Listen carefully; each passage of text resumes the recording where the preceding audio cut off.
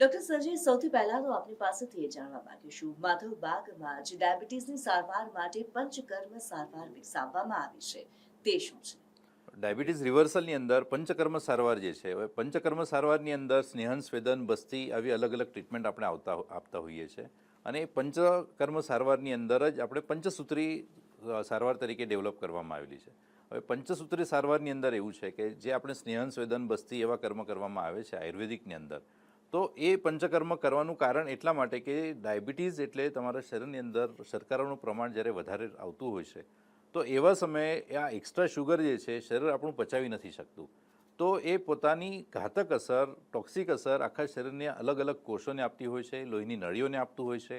અને એ રૂકાવટ ઊભી કરે છે, એ ટોક્સિક અસરના લીધે થાય છે. તો એ ટોક્સિક અસર આપણે ક્યાંક ને ક્યાંક જ્યારે શુગર કંટ્રોલ કરવાના લીધે ઘટાડીએ, તો એ ટોક્સિક અસર પણ આપણે ઘટાડી શકતા હોઈએ છીએ. માધવબાગની અંદર આપણે જે ટ્રીટમેન્ટ કરીએ છીએ એ ડાયાબિટીસ રિવર્સલ ટ્રીટમેન્ટ કરીએ છીએ.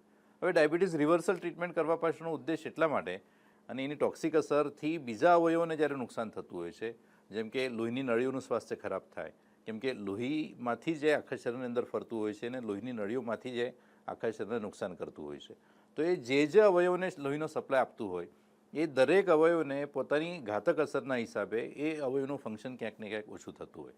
જેમ કે હૃદયરોગની હું સમજો વાત કરું, તો હૃદયરોગની અંદર જ્યારે લોહીનો સપ્લાય એક્સ્ટ્રા શુગરવાળો, પચ્યા વગરની શુગરવાળો હૃદયને થતો હોય છે, તો એવા સમયે લોહીની નળીઓનું સ્વાસ્થ્ય ખરાબ થાય અને એ નળીઓની જે દિવાલ છે એ કડક થાય છે.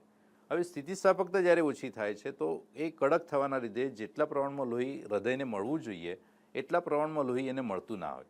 લોહી ના મળે એટલે સરવાળે તાકાત ઓછી મળે, હૃદયની માંસપેશીઓ જે છે એનું પોષણ પણ પૂરતા પ્રમાણમાં થતું ના હોય. હવે પોષણ નહીં થવાના લીધે હૃદયનો હુમલો થવાનો ચાન્સ વધી જાય અથવા તો હૃદય નબળું પડે છે.